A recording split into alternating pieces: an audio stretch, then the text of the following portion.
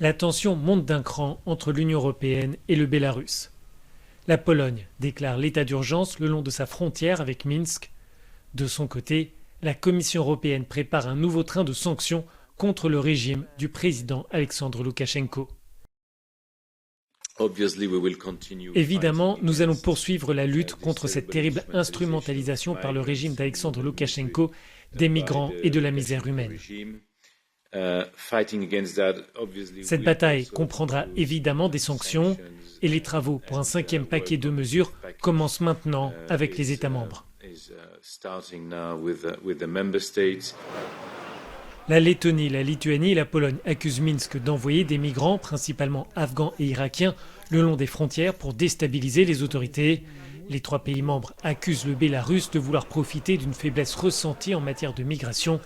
Ils appellent à des mesures plus fortes pour mettre un terme à cette situation.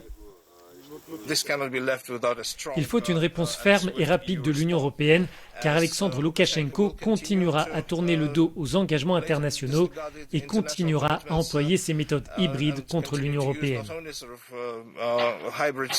Mais il utilisera très certainement d'autres moyens et d'autres méthodes de déstabilisation et de nouvelles formes d'attaques hybrides. La situation au Bélarus n'est pas le seul dossier à l'ordre du jour de la réunion informelle jeudi et vendredi des 27 ministres des Affaires étrangères.